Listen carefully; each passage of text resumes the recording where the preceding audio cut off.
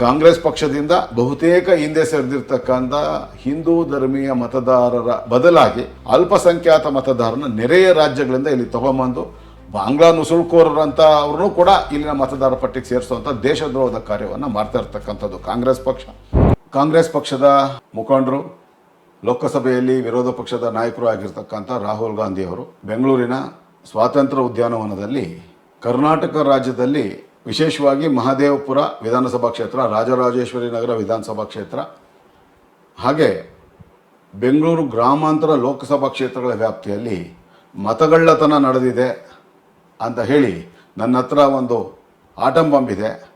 Atom bomb ನಾನು ಹಾಕಿದ್ರೆ ಚುನಾವಣಾ ಆಯೋಗ ಮುಂದೆ ಯಾವತ್ತೂ ಕೂಡ ಮಾತನಾಡೋದು ಇಲ್ಲ, ಅದರ ಕಚೇರಿ ಬಿಟ್ಟು ಆ ಅಧಿಕಾರಿಗಳು ಹೊರಗಡೆನೂ ಬರಲಿಕ್ಕೆ ಸಾಧ್ಯ ಆಗಲ್ಲ. ಅಂತಹ ಒಂದು ಸ್ಫೋಟಕ ದಾಖಲೆ ನನ್ನ ಹತ್ರ ಇದೆ ಅನ್ನೋ ಒಂದು ಮತ್ತೊಮ್ಮೆ ಅವರ ವ್ಯಕ್ತಿತ್ವಕ್ಕೆ ತಕ್ಕನಾದಂಥ ಅಪಹಾಸ್ಯದ ಹೇಳಿಕೆಗಳನ್ನು ಅವರು ಕೊಟ್ಟಿರ್ತಕ್ಕಂಥ ನಮಗೆಲ್ಲ ಗೊತ್ತಿರ್ತಕ್ಕಂಥದ್ದು. ಅವರು ನಮ್ಮ ಫ್ರೀಡಮ್ ಪಾರ್ಕ್ನಲ್ಲಿ ಏನು ಪ್ರತಿಭಟನೆ ಮಾಡಲಿಕ್ಕೆ ಅಂತ ಬರ್ತಾ ಇದ್ದಾರೆ, ಅವರಿಗೆ ಕೆಲವೊಂದು ವಿಷಯಗಳನ್ನು ಅವರ ಗಮನಕ್ಕೆ ತರಕ್ಕೆ ಇಷ್ಟಪಡ್ತೀನಿ. ಸಿದ್ದರಾಮಯ್ಯನವರು ಮತ್ತು ಡಿ ಕೆ ಶಿವಕುಮಾರ್ ಅವ್ರಿಗೂ ಕೂಡ ಈ ವಿಷಯಗಳನ್ನು ಮತ್ತೊಮ್ಮೆ ಅವರಿಗೆ ಮನವರಿಕೆ ಮಾಡಿಕೊಡುವಂಥ ಕೆಲಸವನ್ನು ಮಾಡ್ತೀನಿ.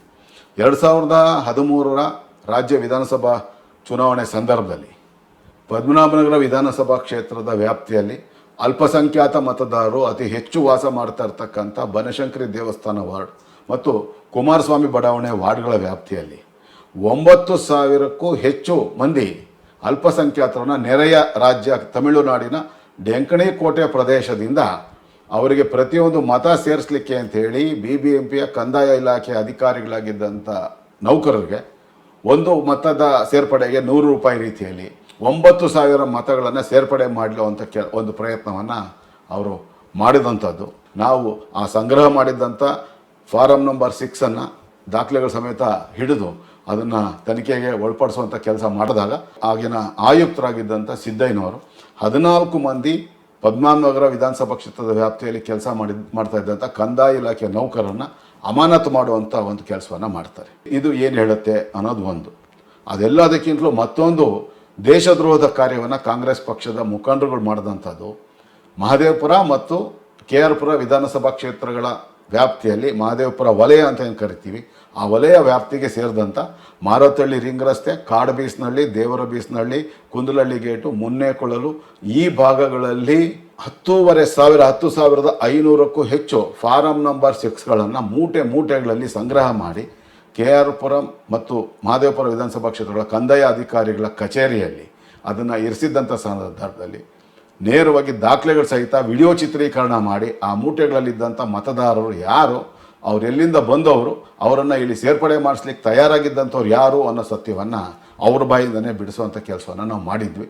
ಬಾಂಗ್ಲಾದಿಂದ ಅಕ್ರಮವಾಗಿ ನುಸುಳ್ಕೊಂಬಂದು ಇಲ್ಲಿ ನೆಲೆಸಿರ್ತಕ್ಕಂಥ ಅಕ್ರಮ ಬಾಂಗ್ಲಾ ನುಸುಳ್ಕೋರರಿಗೆ ನಮ್ಮ ದೇಶದ ಮತದಾರರ ಪಟ್ಟಿಯಲ್ಲಿ ಅವರನ್ನು ಸೇರಿಸೋದ್ರ ಜೊತೆಗೆ ಅವರಿಗೆ ಮತದಾರರ ಗುರುತಿನ ಚೀಟಿಯನ್ನು ಕೊಡಿಸುವಂಥ ಒಂದು ದೇಶದ್ರೋಹದ ಕಾರ್ಯಕ್ಕೆ ಮುಂದಾಗಿದ್ದಂಥ ಕಾಂಗ್ರೆಸ್ ಪಕ್ಷದ ನಾಯಕರ ಒಂದು ಪ್ರಯತ್ನದ ಬಗ್ಗೆ ದಾಖಲೆಗಳು ಸಹಿತ ನಾವು ದೂರನ್ನು ಚುನಾವಣಾ ಆಯೋಗಕ್ಕೆ ಕೊಟ್ಟ ನಂತರ ಚುನಾವಣಾ ಆಯೋಗದ ನಿರ್ದೇಶನದಂತೆ ಅವರು ಸೇರಿಸಿದ್ದಂಥ 3,000ಕ್ಕೂ ಹೆಚ್ಚು ಮಂದಿ ಬಾಂಗ್ಲಾ ನುಸುಳುಕೋರರ ಹೆಸರುಗಳನ್ನು ಮತದಾರ ಪಟ್ಟಿಯಿಂದ ತೆಗೆಯುವಂಥ ಒಂದು ಕೆಲಸವನ್ನು ಮಾಡಿದ್ರು ಮತ್ತು ಆ ಒಂದು ವಿಷಯವನ್ನು ಒಂದು ತನಿಖೆಗೆ ಒಳಪಡಿಸಿ ಒಂದು ತನಿಖಾ ವರದಿಯನ್ನು ಕೂಡ ಚುನಾವಣಾ ಆಯೋಗ ತರಿಸ್ಕೊಂಡು BBMPಗೆ ಪತ್ರಮುಖಿಯನ್ನು ಚಾಟಿ ಬೀಸುವಂಥ ಕೆಲಸವನ್ನು ಮಾಡಿತು. ಕಳೆದ 2023 ವಿಧಾನಸಭೆ ಚುನಾವಣೆಯಲ್ಲಿ ಚಿಕ್ಕಪೇಟೆ ವಿಧಾನಸಭಾ ಕ್ಷೇತ್ರದ ವ್ಯಾಪ್ತಿಯಲ್ಲಿ 4,500ಕ್ಕೂ ಹೆಚ್ಚು ಮಂದಿ ತಮಿಳುನಾಡು ರಾಜ್ಯದಲ್ಲಿ ವಾಸ ಮಾಡ್ತಾ ಇದ್ದಂಥ ಅಲ್ಪಸಂಖ್ಯಾತ ಸಮುದಾಯದವ್ರನ್ನ ಚಿಕ್ಕಪೇಟೆ ವಿಧಾನಸಭಾ ಕ್ಷೇತ್ರದ ಮತದಾರರ ಪಟ್ಟಿಯಲ್ಲಿ ಅವರದೇ ಪಕ್ಷದ ಕಾರ್ಯಕರ್ತರು ಅವರ ಒತ್ತಡಕ್ಕೆ ಮಣಿದು ಸೇರಿಸಿರುವಂಥ ವಿಷಯವನ್ನು ದಾಖಲೆಗಳು ಸಹಿತ ನಾವು ಚುನಾವಣಾ ಆಯೋಗ ಗಮನಕ್ಕೆ ತಗೊಂಬಂದ್ವಿ.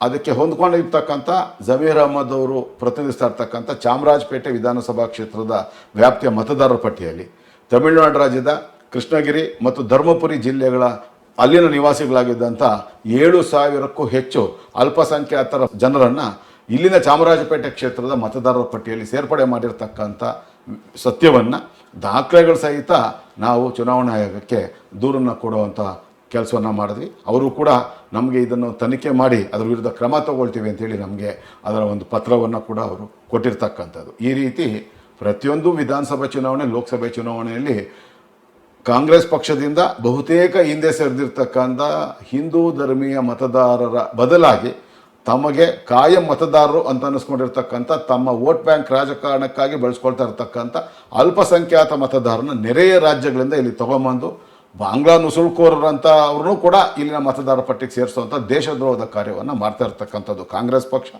ಅದಕ್ಕೆ ಸಂಬಂಧಪಟ್ಟ ಪೂರಕವಾದಂಥ ಎಲ್ಲ ದಾಖಲೆಗಳನ್ನು ನಾನು ಈಗಾಗಲೇ ಮುಖ್ಯಮಂತ್ರಿಗಳಿಗೂ ಕೊಟ್ಟಿದ್ದೀನಿ, ಅವರ KPCC ಅಧ್ಯಕ್ಷರಿಗೂ ಕೊಟ್ಟಿದ್ದೀನಿ. ಮತ್ತೊಮ್ಮೆ ಎಲ್ಲ ದಾಖಲೆಗಳ ಜೊತೆಗೆ ನಾವು ಬಹಿರಂಗ ಚರ್ಚೆಗೆ ಸಿದ್ಧ.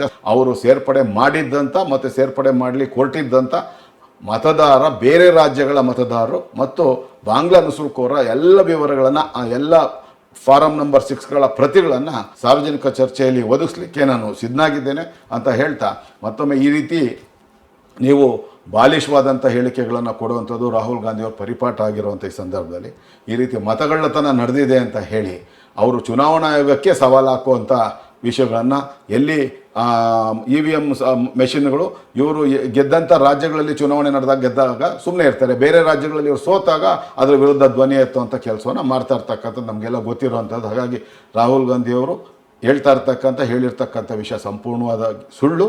ಆದರೆ ಚುನಾವಣಾ ಆಯೋಗದ ಮೇಲೆ ಗೂಬೆ ಕೂರ್ಸಕ್ಕೆ ಕೊಟ್ಟಿರ್ತಕ್ಕಂಥ ಅವರ ನಡೆ ನಿಜಕ್ಕೂ ಕೂಡ ನಾವು ಪ್ರಶ್ನೆ ಮಾಡಬೇಕಾಗಿರ್ತಕ್ಕಂಥದ್ದು, ಅದು ಪ್ರಶ್ನಾರ್ಹವಾದಂಥದ್ದು. ಹಾಗೆ ಈ ರಾಜ್ಯದಲ್ಲಿ, ನಮ್ಮ ರಾಜ್ಯದಲ್ಲಿ ಕೇವಲ ಬೆಂಗಳೂರು ಮಹಾನಗರದ 4-5 ವಿಧಾನಸಭಾ ಕ್ಷೇತ್ರಗಳ ವ್ಯಾಪ್ತಿಯಲ್ಲಿ ಅವ್ರು ಮಾಡಿರ್ತಕ್ಕಂಥ ಅಕ್ರಮಗಳು, ಮತದಾರರ ಪಟ್ಟಿಯಲ್ಲಿ ಸೇರಿಸಿರ್ತಕ್ಕಂಥ ಅಲ್ಪಸಂಖ್ಯಾತರು, ಬೇರೆ ಬೇರೆ ರಾಜ್ಯಗಳ ಅಲ್ಪಸಂಖ್ಯಾತರನ್ನು ಸೇರ್ಪಡೆ ಮಾಡಿದ್ದಾರೆ. ಅದರ ಎಲ್ಲ ಸತ್ಯಗಳನ್ನು ಅವರು ಮನನ ಮಾಡ್ಕೋಬೇಕು. ಅದಕ್ಕೋಸ್ಕರ ಇವತ್ತು ಮತ್ತೊಮ್ಮೆ ನಾನು ಮುಖ್ಯಮಂತ್ರಿಗಳ ಕಚೇರಿಗೆ ಸಂಪೂರ್ಣ ದಾಖಲೆಗಳು ಸಹಿತ ಮತ್ತು KPCC ಕಚೇರಿಗೆ ಸಂಪೂರ್ಣ ದಾಖಲೆಗಳು ಸಹಿತ ಒಂದು ಬಹಿರಂಗ ಪತ್ರವನ್ನು ಬರೆದಿದ್ದೇನೆ. ಅವ್ರು ಮಾಡಿರ್ತಕ್ಕಂಥ ಅಪರಾಧಗಳನ್ನು, ಅವ್ರು ಮಾಡಿರ್ತಕ್ಕಂಥ ಕ್ರಿಮಿನಲ್ ಚಟುವಟಿಕೆಗಳನ್ನು, ಅವ್ರು ಮಾಡಿರ್ತಕ್ಕಂಥ ದೇಶದ್ರೋಹದ ಕಾರ್ಯಗಳನ್ನು ನಾವು ಮತ್ತೊಮ್ಮೆ ದಾಖಲೆಗಳು ಸಹಿತ ಅವ್ರ ಮುಂದೆ ಇಟ್ಟಿದ್ದೀವಿ.